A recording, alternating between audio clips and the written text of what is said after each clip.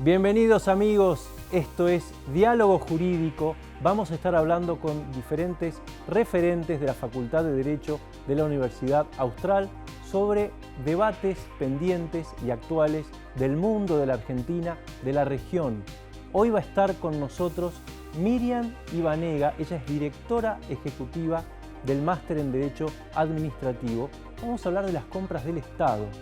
¿Cómo se compra en la Argentina, en los estados provinciales, municipales, sobre todo en épocas de pandemia y bolsillos flacos?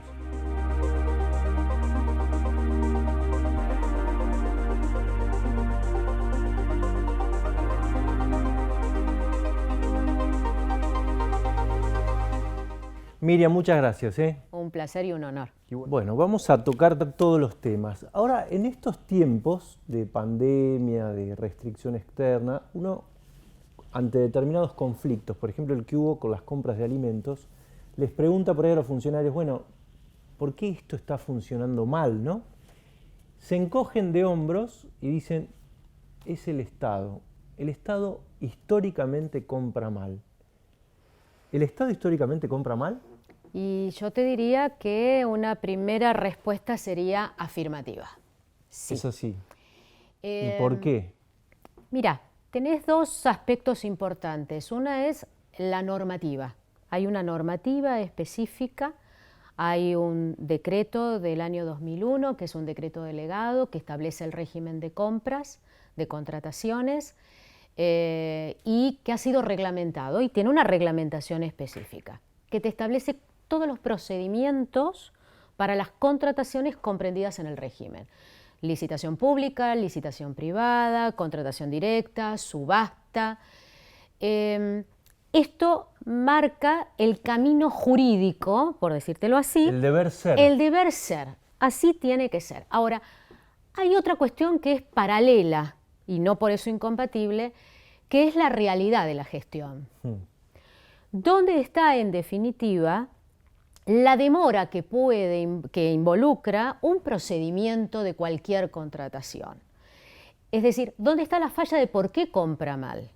Y acá tenés a su vez distintas respuestas. Una, y compra mal porque el proveedor, el oferente, primero es oferente, el oferente va a cargar a su oferta, a su propuesta, una suma mayor a la que le corresponde por lo que está ofertando según el precio de mercado. ¿Por qué?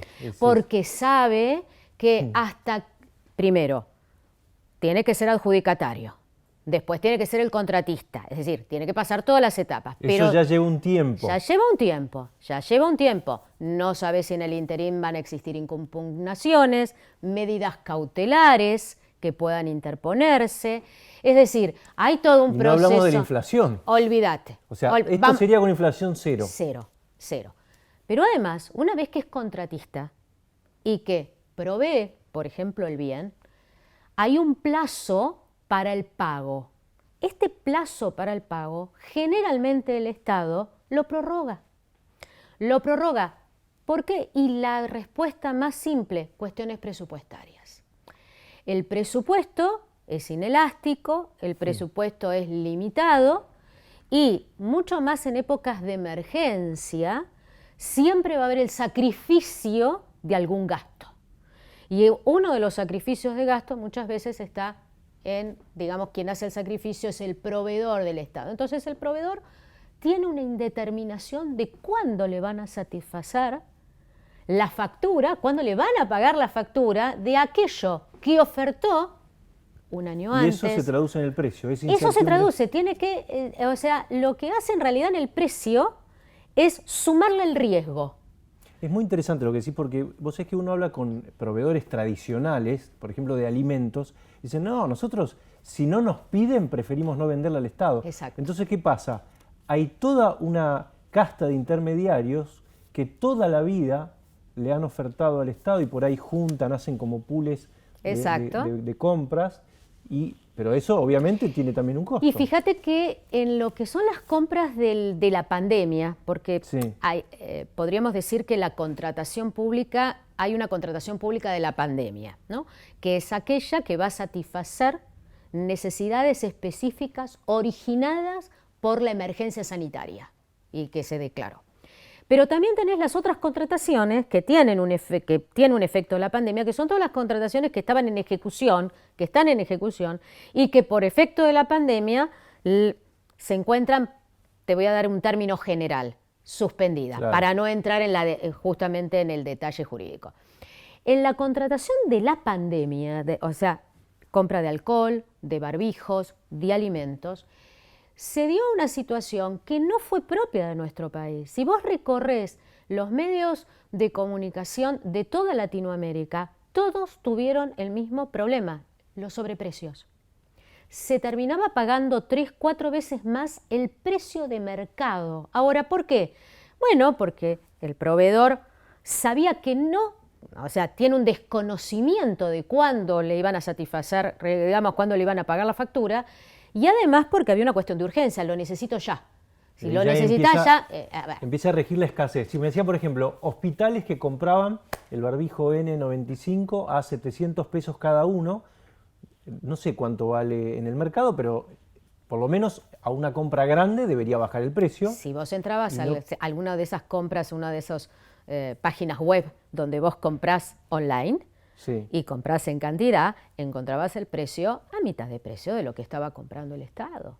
Entonces, por eso te digo, hay un sistema jurídico que el deber ser quizás sea necesario una adaptación de ese sistema jurídico para tener en cuenta la realidad. ¿Y cuál es la realidad?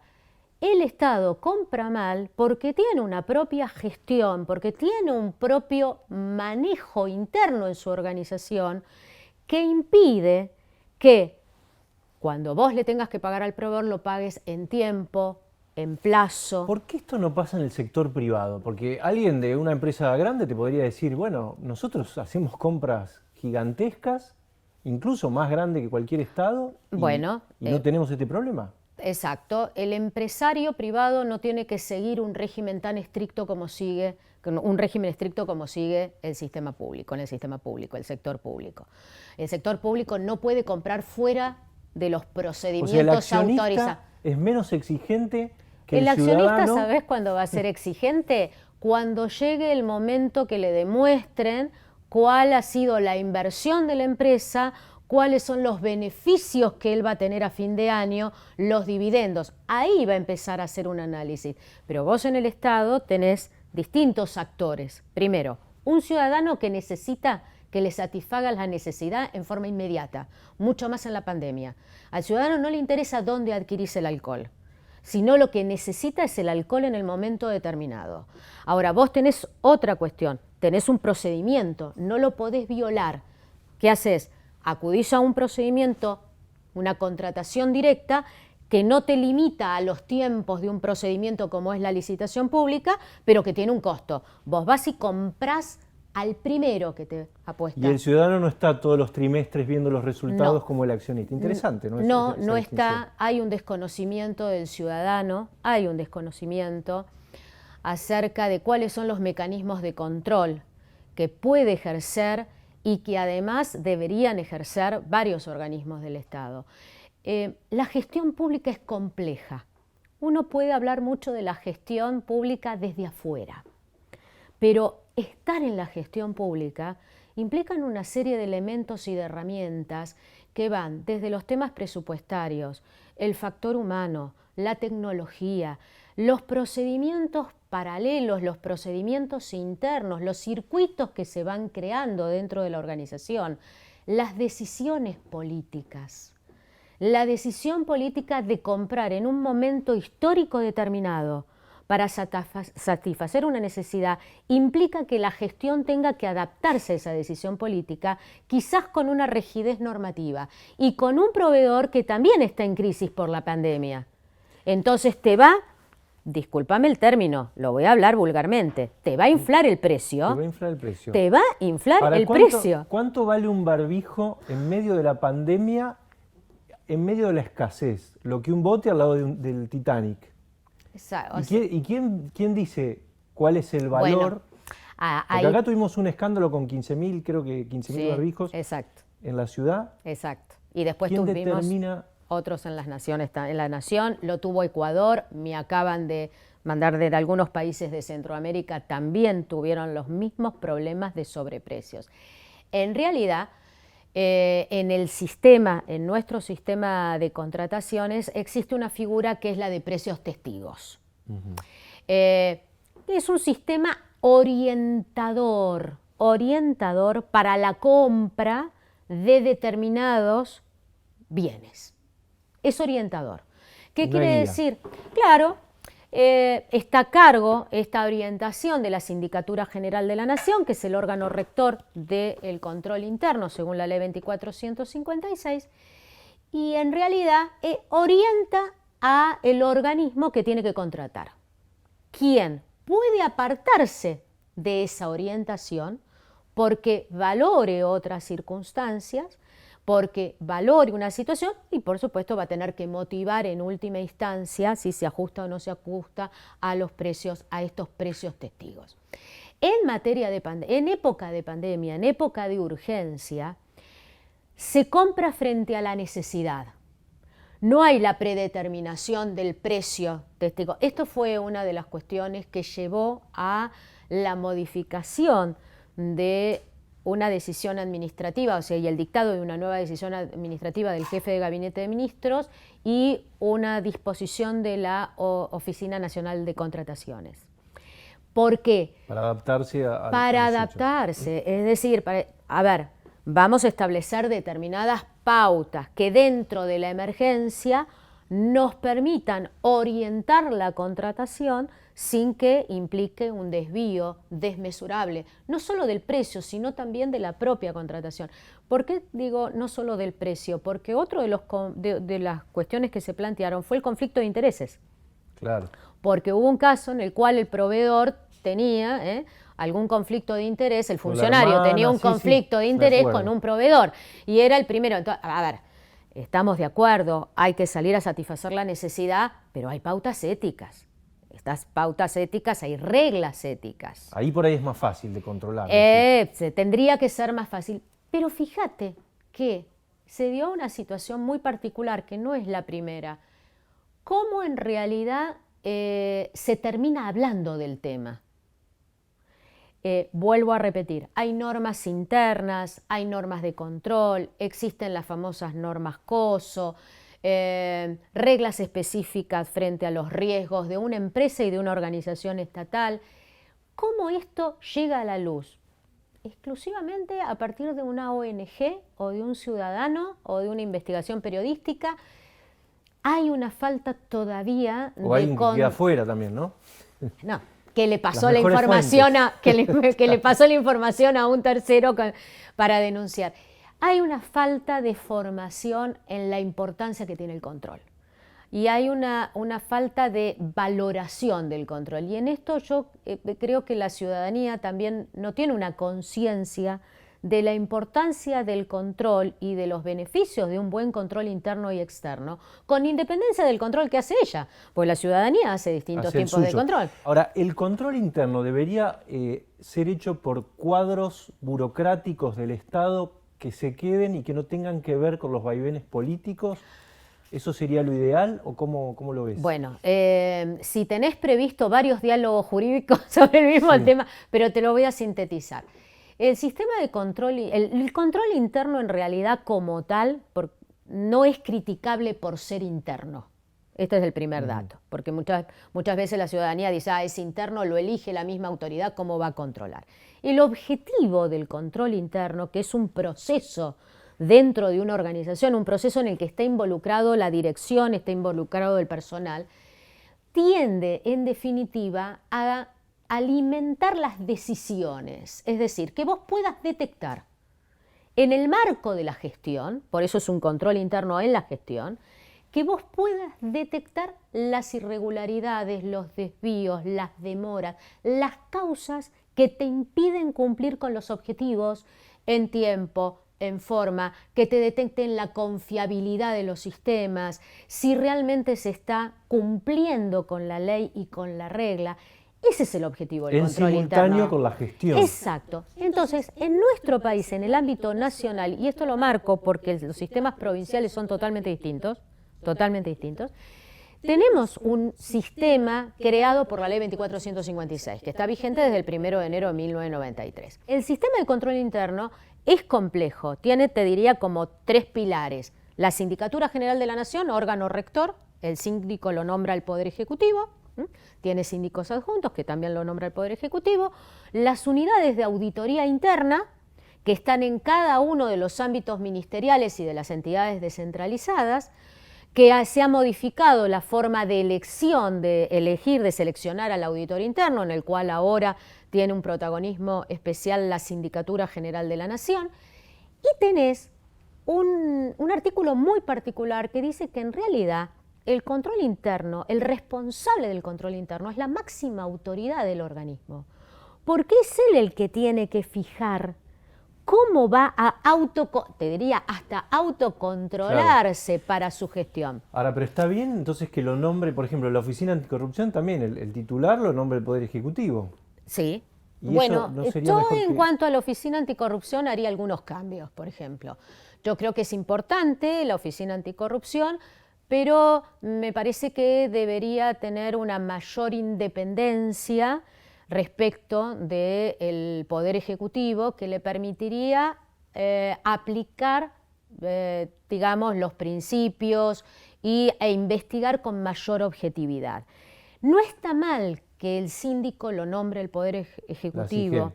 Exacto, que al síndico general lo nombre el Poder Ejecutivo, porque ese es el sentido del control interno. En última instancia, el tema de la independencia, y esto es importante en los organismos de control, tampoco la tenés en forma absoluta, ni siquiera en el control externo, donde tenés una Auditoría General de la Nación cuyos auditores son elegidos según también el partido político que corresponde. Entonces, si uno busca la independencia a partir de, digamos, el alejamiento de lo que sería la política, es imposible.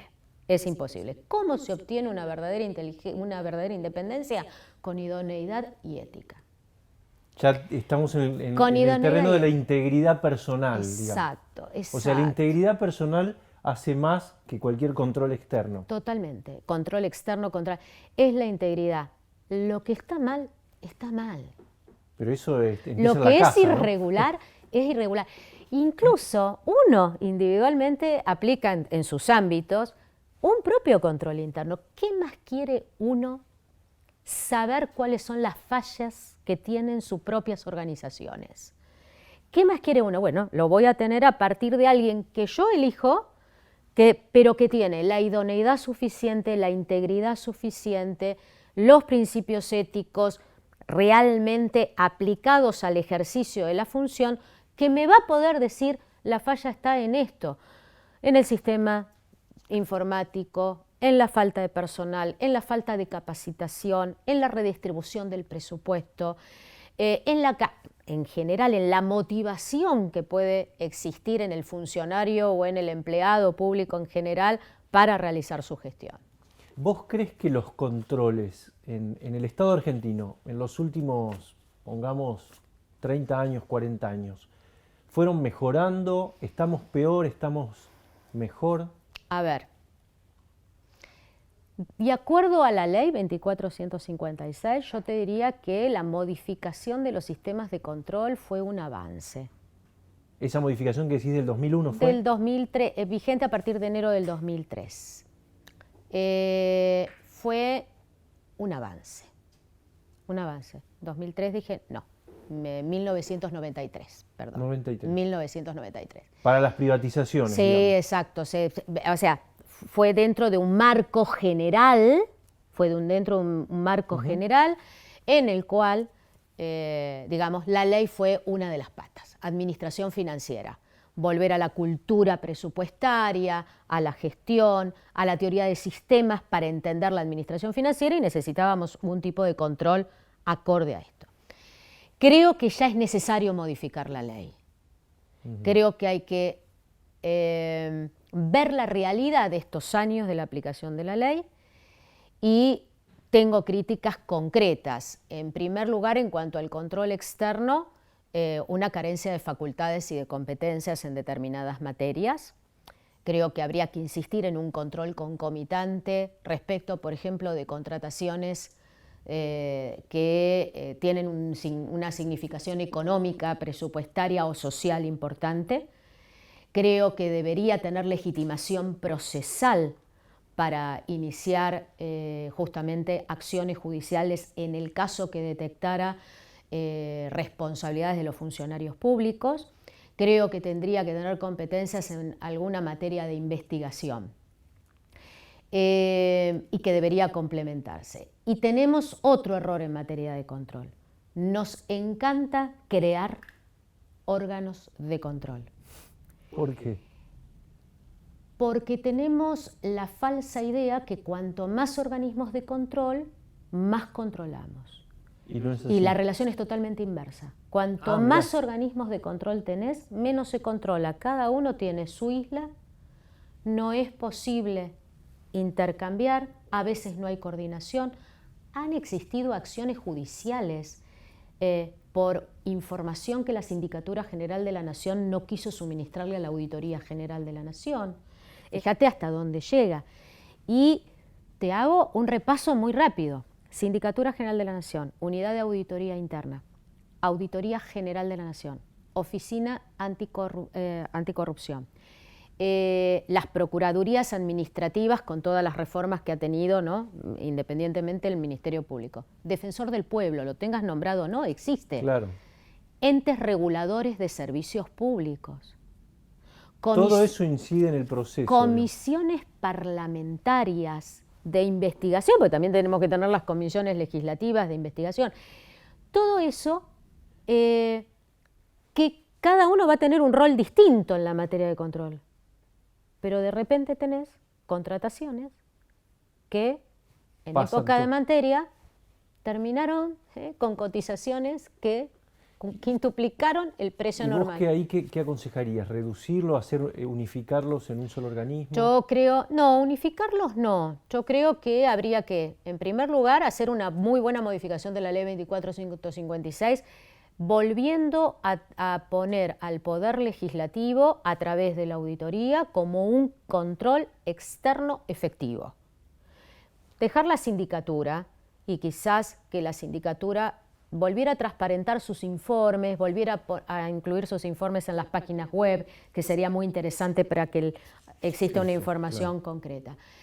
Por supuesto, una designación del Defensor del Pueblo. Y revisaría todo el sistema de control de las regulaciones, de las concesiones de servicios públicos, revisaría a los entes reguladores, en qué están, si no se les ha vaciado de contenido las competencias porque las han terminado de asumir ministerios, secretarías, otro tipo de órganos dentro de la estructura de la administración centralizada, y verificaría si hay una comunicación entre los organismos de control.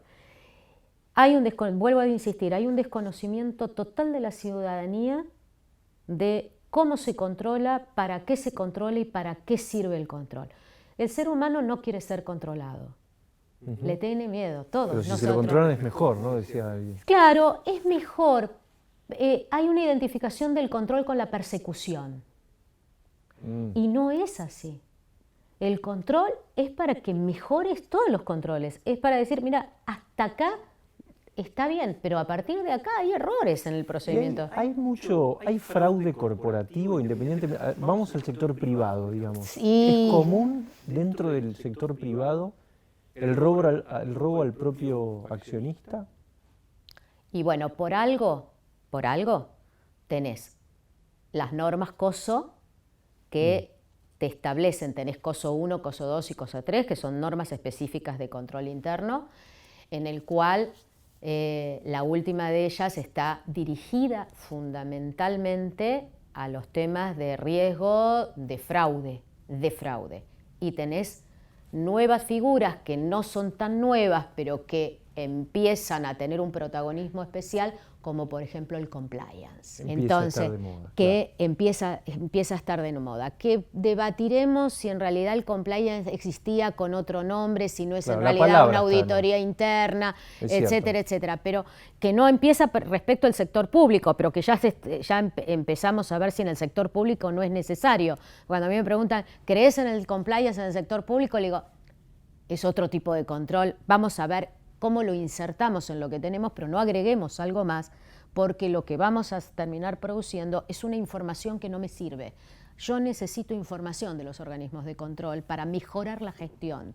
Y es una gestión politizada, es una gestión que está muy politizada, ha estado siempre politizada. Es muy difícil separar lo que es la política de la ejecución de la política en una gestión determinada.